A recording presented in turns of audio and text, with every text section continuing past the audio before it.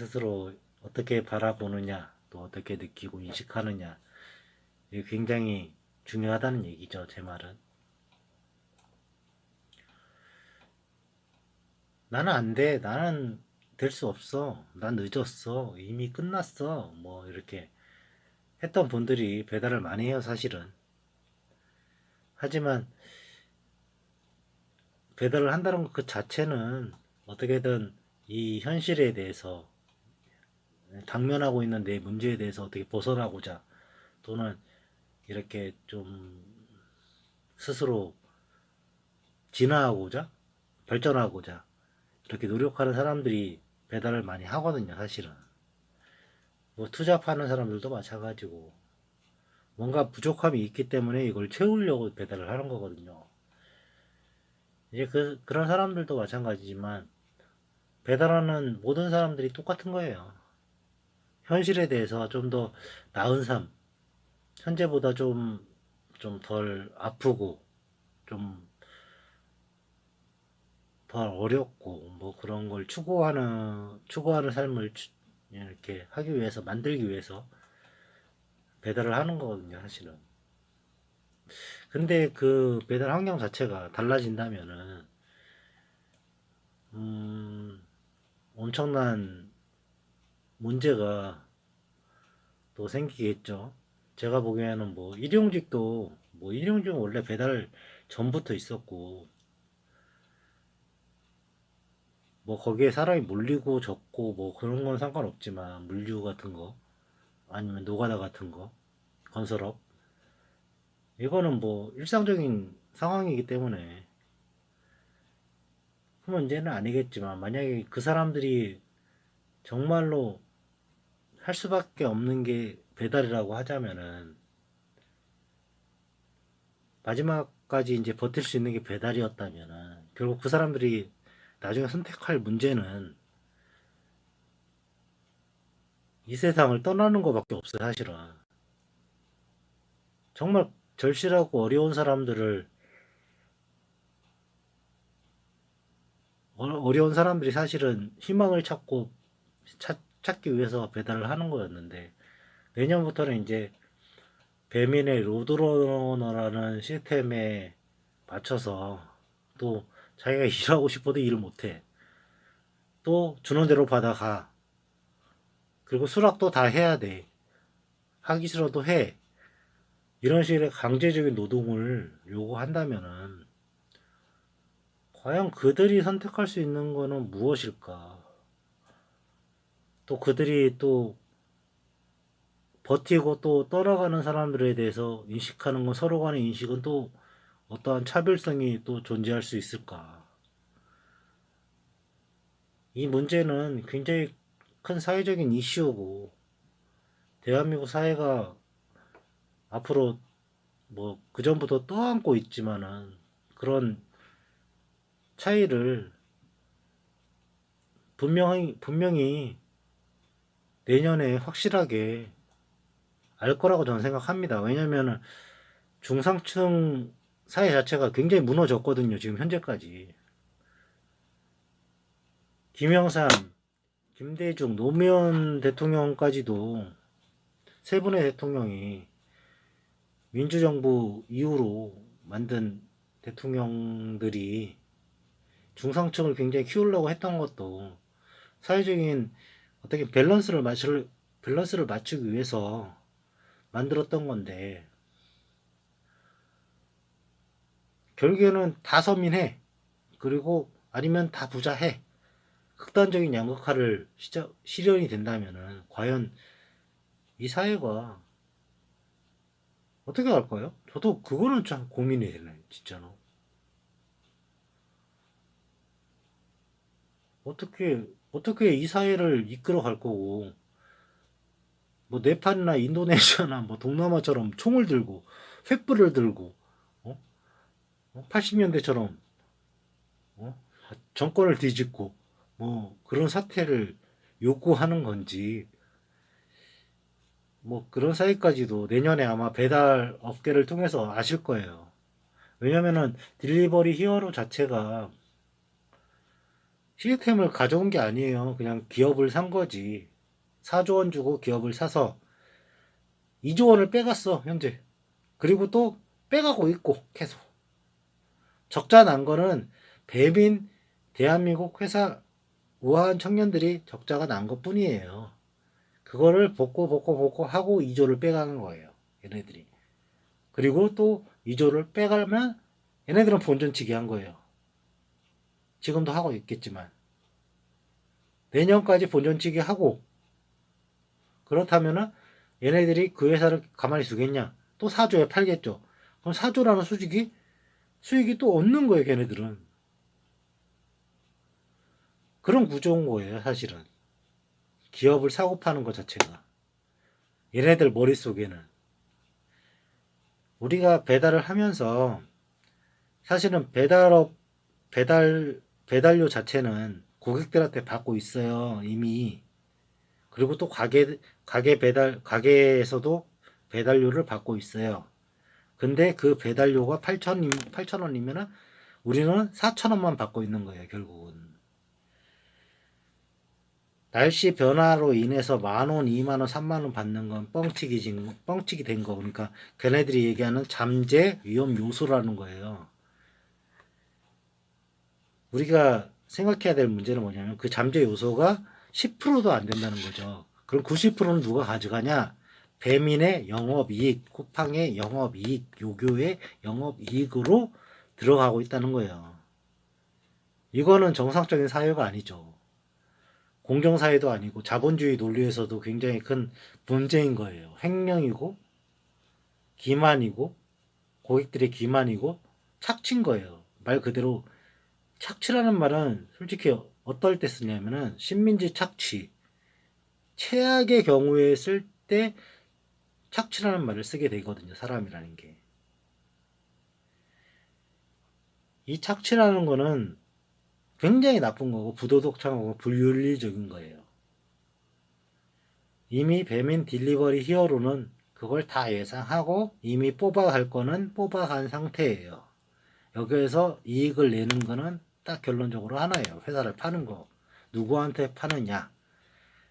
돈을 더 주는 사람한테 팔겠죠. 외국 기업이 됐든 한국 기업이 됐든.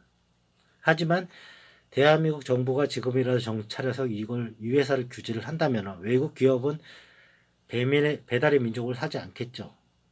그렇죠? 규제를 한다면 나 같아도 안 사겠는데. 이렇게 리스크가 많은 회사를 살 필요가 없거든.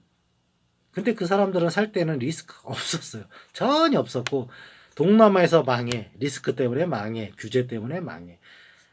중국에 진출을 하니까 중국에 또 망해. 규제 때문에 또 망해. 자국 우선주의니까 중국은. 또 뭐 일본에 가려니까 우버이츠라는 것 때문에 또 망해. 다 망했어. 그래서 선택한 게 대한민국 배달의 민족인 거예요. 걔네들이 처음에 맛본 게 요교잖아요. 요교 한번 맛보고 아니다 그러고 팔고. 그래서 우리나라가 뭐라고 했냐면 요교 아니면 배달의 민족 중에 둘 중에 하나만 선택해라 했는데 얘네들이 그러면은 요교를 팔고 배달의 민족을 가져가겠다. 왜? 랭킹 1위니까. 4조밖에 안 되는 기업이니까. 그래서 배달의 민족을 가져갔던 거예요. 걔네들은. 자본주의 사회니까. 굉장히 웃긴 얘기 아니에요? 그리고 그거를 또 빼갔잖아요, 돈을. 원래 외국 자본이라는 거는 일부 빼갈 수는 있어요. 왜냐면 자본주의 사회에서는 기업이라는 건 주식이라는 것도 있고 기업 가치라는 것도 있고 다양한 요인이 있어요. 그래서 그 자본에 투입된 자본의 몇 프로는 국가적으로 이렇게 움직이게 하는 그 법률적으로 국제 법률이든 국내적인 법률이든 이렇게 기능하는 법률이 있어요. 하지만 얘네들은 그게 아니라 굉장히 다양한 차원에서 움직여갖고 굉장히 이상한 형태로 자본을 빼갔어요. 뭐 투자 형식으로 사우디에는 투자 형식으로 빼가고 뉴스에서는 잘 얘기 안 하지만은 이렇게 뭐 투자 형식으로 사우디에 투자할 필요가 뭐가 있어? 돈 많은 나라에 우리나라가 빼가서 그 자본금을 가지고 딜리버리 히어로가 또 그걸 운영해서 다른 나라에 빼돌려서 도로 가져가고 뭐 그런 형태인 거예요. 자금을 세탁한 거죠, 사실은.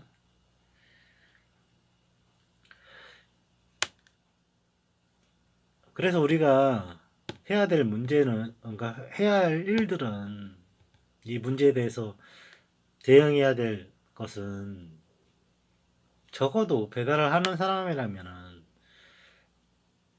뭐 본업이 됐든 부업이 됐든 그게 중요한 게 아니에요, 사실은. 이 그러니까 원천이라는 것 자체는 고객들한테 나오게 돼 있고, 이 고객들한테 나온 돈을 가게가 가져가게 돼 있고, 이게 1차, 2차 순위예요. 왜냐면 원천이라는 건 고객이거든요. 고객의 돈이 이쪽으로 와요. 이쪽으로 와서 결국엔 배달 앱 쪽으로 이렇게 수용이 되는 거예요. 그럼 배달 앱 쪽에서 우리를, 배달 기사들을 관리하는 거죠, 결과적으로는. 이게 진짜 정상적인 이야기거든요. 근데 얘네들은 뭐냐면은 고객과 가게와 라이더는 별개다. 나는 여기에서 끼고 싶지 않다라는 거예요. 문제는. 굉장히 웃긴 얘기 아니에요? 이건 자본주의 사회에서 제가 물론 대학은 안 나왔지만은 경제학, 방송통신대학 경제학 공부하면서 거시경제, 가시경제 이렇게 공부하면서 거기서도 못 본 것 같아요. 이런 얘기, 이 케이스 자체를. 제가 1년 공부했는데, 방송통신대학 경제학 공부를 1년 혼자 하긴 했는데, 들어본 적이 없어요. 이런 얘기, 케이스 자체를. 왜냐면 플랫폼 사업 자체가 그 당시에는 제 2002년도였으니까, 그거 자체는 그때까지는 그렇게 크게 뭐 부각되고 뭐 그런 문제가 아니었거든요. 왜냐하면 정상적인 사회 구조에 대해서 이렇게 교육을 했지, 이 플랫폼 사회라는 거 자체로 이렇게 그때 당시에는 교육을 못 받았기 때문에 저는 정상적인 게 아닌 거예요, 사실은. 결론은 걔네들은 아무것도 손 안 대고 코를 푸는 거예요, 그냥. 고객돈 가지고 손을 푸는 거예요. 가게도 지 맘대로 돈 줘, 라이더도 지 맘대로 돈 줘, 나머지는 내 거. 고객돈 가지고 나머지는 내 거. 이렇게 생각하고 있는 거예요. 이게 정말 잘못된 거예요. 그렇지 않습니까? 상식을 갖고 있는 사람이면은 1 더하기 1은 1인데 2 더하기 2도 2 4고, 하지만 이 사람들은 1 더하기 0도 1이고 0 더하기 0도 1이라고 생각하는 사람이에요. 왜냐하면 아무것도 없어도 자기는 이익을 본다 이거예요. 이런 기업들은 솔직히 사기 업체인 거예요. 사기 기업이고. 대한민국 국민 자체가 되게 굉장히, 지금 제가 많은 유튜브 영상에서 얘기를 하지만 호구적으로 느끼는 거는, 국민들이 이걸 인식을 해야 되는데 인식을 못하고 있어요. 국민들이 만약에 만원짜리를, 기존에 만원짜리를, 배민앱이 없을 때 만원짜리를 만원에 샀어요. 배달도 무료 배달 가게에서 해줬어요. 그러면 그 만원에 낸 비용에 2,000원이 됐든 1,000원이 됐든 분명히 거기에 배달료가 들어가 있단 말이에요, 가게들 입장에서는.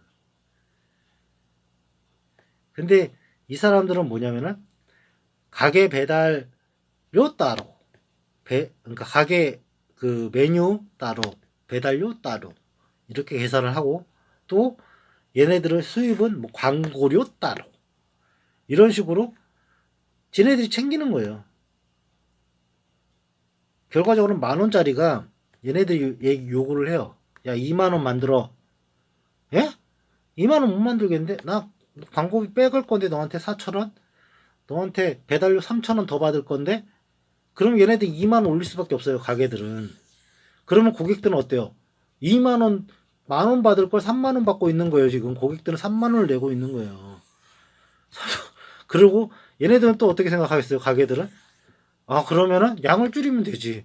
그러면 내가 수익을 좀 얻을 수 있으니까. 이거 상식적인 거 아닙니까? 바보가 아닌 이상. 당연히 배달로 내가 직접 사 먹는 거랑 배달해서 시켜 먹는 거랑 양이 틀린 이유가 그거예요. 가게도 살아남아야 될 거 아니에요. 얘네들 다 뜯기고 있는데.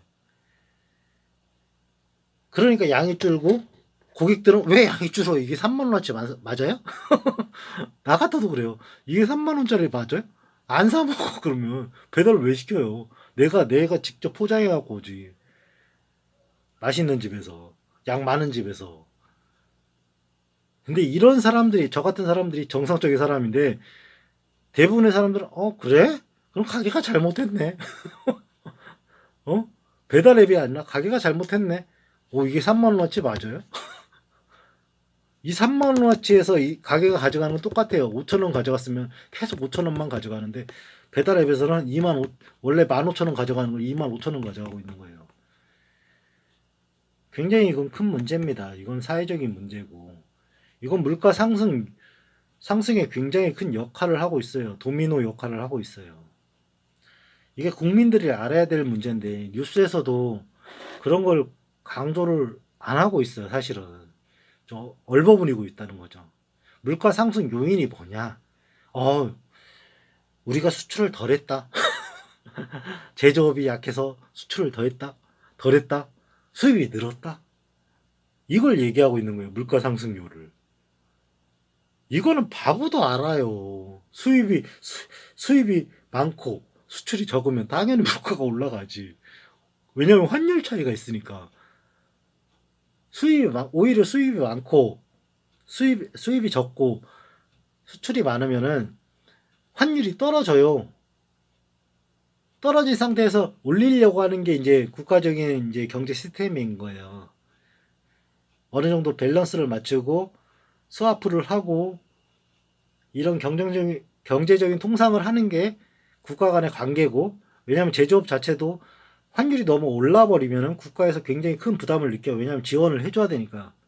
그만큼 보조를 해줘야 돼요. 이런 시스템 자체를 솔직히 국민들이 다 알 수는 없잖아요. 깊게 내면적으로. 그러니까 저도 공고 출신인데 건축업을 뭐 뼈대를 이렇게 세워라 이거 자체를 몰라요. 왜냐면 난 전작가거든요. 공고인데. 근데 친구가 이제 친구가 건축학과인데 친구가 뭐 이렇게 세우면 이게 튼튼해 보이긴 하겠다 이 정도는 저는 생각을 하지만 걔도 마찬가지예요.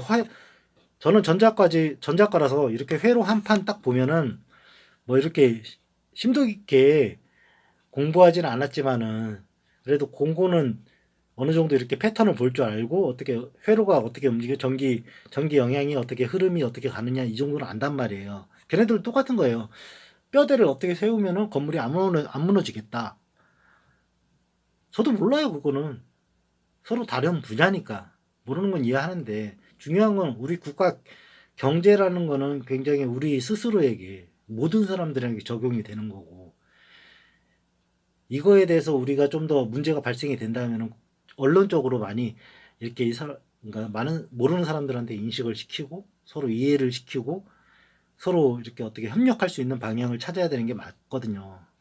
옛날에 IMF만 해도 어땠어요? 정말로 제가 고1 때 IMF가 왔거든요. 97년도에 IMF가 와가지고 그때 국가 그냥 사라지는지 대한민국이 사라지는 줄 알았어요. 물론 저는 그때 장학금 받으면서 진짜 꿋꿋이 아버지 이제 개인적인 사정으로 아버지 회사 때려치고 형 재판에 막 올인했을 때 정말 가정 형편이 너무 어려울 때 장학금 받으면서 종로에서 패스트푸드점에서 12시간 새벽 막차 타고 5호선 타고 와갖고 집에서 계속 2년 동안 그렇게 고2 때까지 그렇게 일을 했지만 생활비를 못 대면서 그때 국가 무너지는 줄 알았어요. 뭐 하는 사람들이. 하지만 딱 보니까 영풍문고 하디스라는 곳에서 근무하다 보니까 패스트푸드죠. 또 돈 있는 사람들은 책도 사고 그걸 다 사 먹더라고. 햄버거를 비싼 거를 내 시급만큼 비싼 거를 그걸 보면서 저는 느꼈어요. 개인적으로 이게 부의 격차는 내가 생각하는 거하고 다르구나. 있는 사람들은 나라가 망하든 뭘 망하든 자기는 잘 먹고 잘 사는구나. 이 정도까지 그때 알았다고 말해요. 17살에.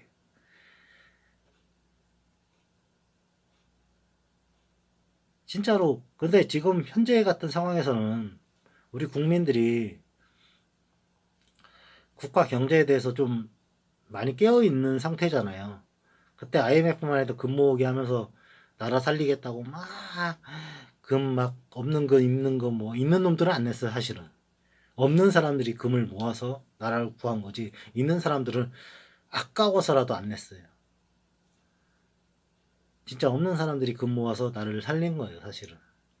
IMF에서 진짜 최초로 1, 2년 만에 극복한 나라가 2, 3년 만에 극복한 나라가 대한민국 유일할 거예요. 세계 유일한 나라. 이건 영원 불멸의 원칙에서 절대 안 깨지는 거예요. 이런 나라가 없어요. 되게 웃긴 얘기잖아요. 그 사람들이 뭐 스스로의 조국을 싫어하고 뭐 나쁘게 생각하고 비하하고 뭐 지금처럼 뭐 태극기 부대나 뭐 이게 뭐 윤석열이 뭐 계엄 뭐 했다고 뭐 기념식 하는 애들이나 뭐 똑같은 사람들인 거예요 사실은. 하지만 우리는 그런 건 상관없이 그냥 정말 어려운 사람들이 금을 모아서 나라를 위해서 이렇게 해서 IMF를 정말 세계 유일하게 앞으로도 깨지지 않게 극복했던 나라인 거예요. 그런 나라인데 이 언론에서 이런 현재의 상황에 대해서 좀 자각을 해주고 좀 나은 방향으로 제시를 해줘야 되는데 그냥 아 그랬습니다 라고 끝나는 거예요. 진실을 숨기는 건 아니지만은 이 사람들이 굉장히 뭔가 이렇게 구린내가 나고 있다는 거죠. 기레기라고 하지만 우리는 그들을 반드시 이겨내야 됩니다. 깨트려야 되고. 우리 진짜 제가 그동안 계속 만든 동영상을 보시면 아시겠지만은 정말 이 배달 앱은 독일만 하더라도 딜리버리 히어로가 독일 회사거든요. 배달의 민족. 그 자회사가 딜리버리 히어로인데 독일만 해도 어떤 상황이냐면은 제가 이제 저번 달부터 이제 라이더 유니온에 대해서 이렇게 좀 도와주는 겸 뭐 해갖고 도와주려고 이렇게 조사했던 거를 보면은 외국 노동자들을 그러니까 굉장히 사회적인 약층이죠. 약자들을 이용해서 돈을 벌고 있는 기업이었던 거죠. 지금 딜리버리 히어로가 얘기했던 거는 로드러너는 80만 명, 세계 80 아니 세계 8천만 명이라고 8천만 명 맞나? 하여튼 그 정도가 이용하고 있다는 시스템인데 독일 회사 자체가 굉장히 사회적인 약자, 이주민들을 이용해서 돈을 착취하고 있는 상황이고 대한민국 역시도 뭐 외국 노동자가 지금도 배달 일을 하고 있지만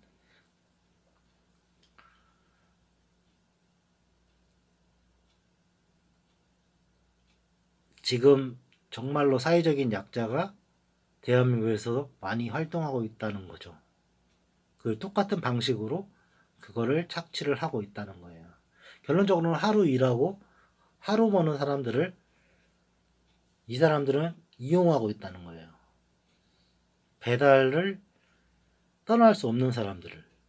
저 같은 경우에는 만약에 내년에 로드러너가 시행이 돼갖고 1달러가 된다면은 할 생각이 전혀 없어요. 할 이유도 없고 차라리 다른 일을 하는 게 나아요.